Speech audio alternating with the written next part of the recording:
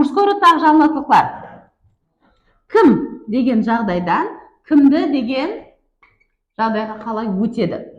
Например, отецтің кім екенін білеміз, әке. Люблю, жақсы көремін деген фейлден кейін біздерде қарақалпақ тілінде де кімді деген сұрау туылады. Кімді жақсы көресің? Мамамды жақсы көремін. Кімді жақсы көресің? Інімді жақсы көремін. Так, люблю кого? Отца. Так, и краткое. Например, Андрей.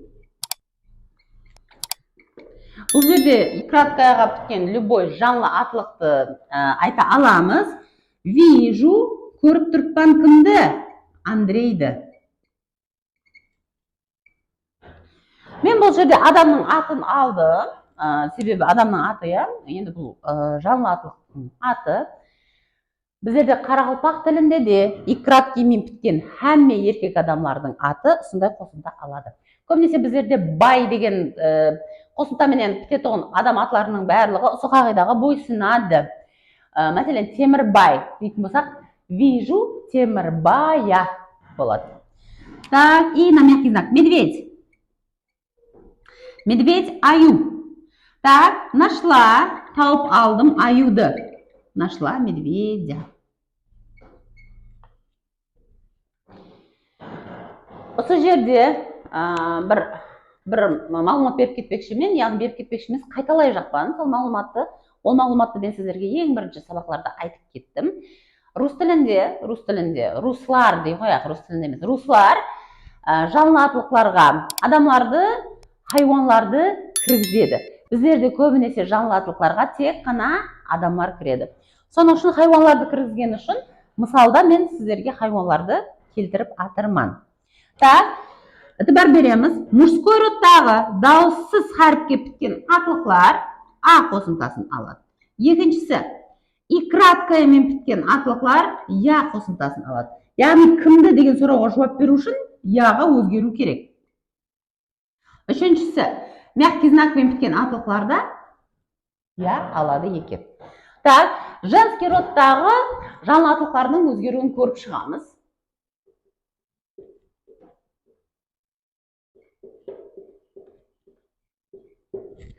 Бұл жерде мен ытыбар берген болсаңыз, фейлді жазып отырғаным жоқ. Сұрауларында себебі кого деген өзінен өзі басқаша, ктодан басқаша. Өздеріңізге түсінікті болсын десеңіз, жазып кетсеңіз болады, себебі бұдан кейінгі сеплігіміздің сұрауы да кого. Ол уақытта да мен, Құдай қаласа, сіздерге парқын обязательно түсіндіріп кетемін. Так, давайте теперь посмотрим, как меняются слова женского рода, не слова, а существительные женского рода в винительном падеже. Так, мама. Я люблю кого?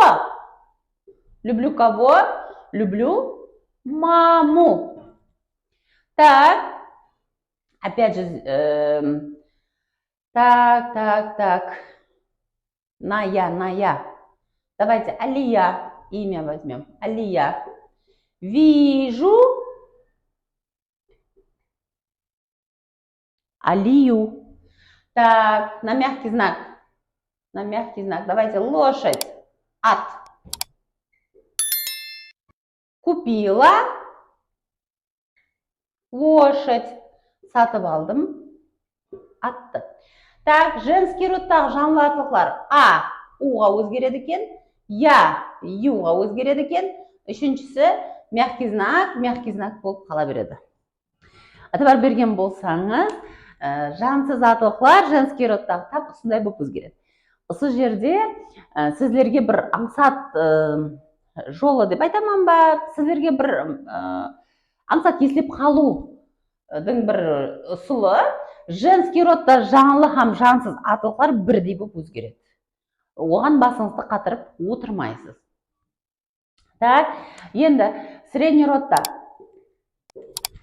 На самом деле, в русском языке все существительные среднего рода должны быть неодушевленными.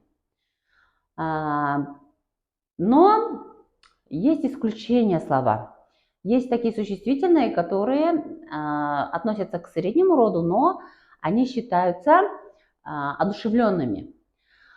Рус тілінде негізінде средний родқа жаңылы аталықтар кірмейді. Яғни наоборот айтылады. Средний родтағы әмме аталықтар жансыз болып есептелінеді. Бірақ сондай қағидаға бойсынбайтын бір сөздер бар. Олар средний род болып есептелінеді, бірақ жанлы аталықтарға кіреді. Көріп шығамыз. Бір екеуін беремін. Животное. Животное, хайуан. Яғни ұлыма хайуанлардың атларын бірме-бір жаздым, мәселен, лошадь, медведь дедім. Енді солардың бәрін ұлымаластыратығын сөз. Животное, хайуан. Так, люблю животное. Так, насекомые. Нашла.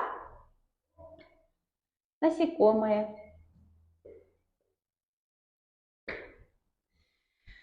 Ітібар берген болсаңыз, бұлар жанлы атылықлар, сұраулар. Жанлы атылыққа қандай сұрау берілсе, бұларға тап сондай сұраулар беріліп тұрыпты. Бірақ атылықтың өзі өзгермеді. Грамматикасында, рус тілінің грамматикасында негізінде жанлы атылықтар өзгеру керек.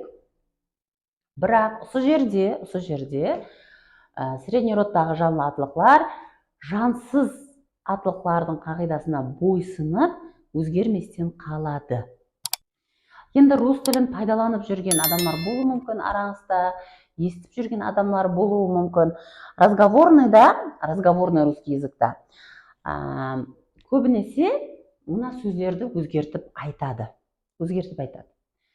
Енді бұл нормально деп есептеймін, себебі қарақалпақ тілінде де әмме қағидаға бойсынып сөйлей бермейді. Қалесек былай өзгертеміз, қалесек былай өзгертеміз. Рус тілі де тап сондай. Разговорный русский языкта сондай мынаны өзгертіп айтып жібереді. Соның үшін хайран қалмаймыз.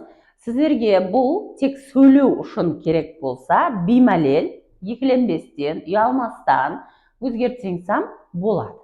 Бірақ грамматиканы түптикарына ітібар берсек, бұл сөздер өзгермей қалу керек.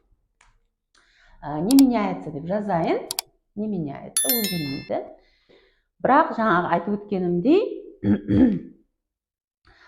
көбінесе мен естіп қаламан, киноларда да көріп қаламан, һәм көше тілінде де негедір средний родтағы жансыз атылықларды өзгертіп айтады.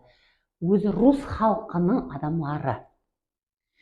Так, как вы заметили, здесь смотрите, эти слова среднего рода, они одушевленные, но они подчиняются правилам неодушевленных существительных. И они не поменялись. Құрметлі менің тыңдаушыларым, оқушыларым, соның менен бүгінгі винительный падежді біздер, винительный падеж дейміз, бүгінгі теманы болдық. Бүгін мен сіздерге атылықлардың винительный падежде өзгеруін түсіндірдім. Һәм бұл сеплікті түсіндіруге көбірек уақытымыз кетті. Не үшін? Себебі бұл сеплік жаңағы айтып өткенімдей атылықларды жанлы һәм жансызға айырады. Келешекте менің сабақларымнан үйреніп сөйлеуге харекет етіп отырғаныңызда, сөйлеуге харекет етесіз деп үміт етемін. Сол уақытында бірінші болып, кімді нені деген сұрауға жауап беретұғын ол өзгерте жақ болсаңыз, обязательно ітібар қаратуыңыз керек. Сілте жақ, пайдалана жақ атылыңыз жанлы ма, ямаса жансыз ба. Себебі көріп тұрғаныңыздай, бүгінгі сабағымыздан жансызлар басқаша өзгереді, һәм жанлы атылықлар басқаша өзгереді. На сегодня это все. Я очень надеюсь, что вам информация была полезной.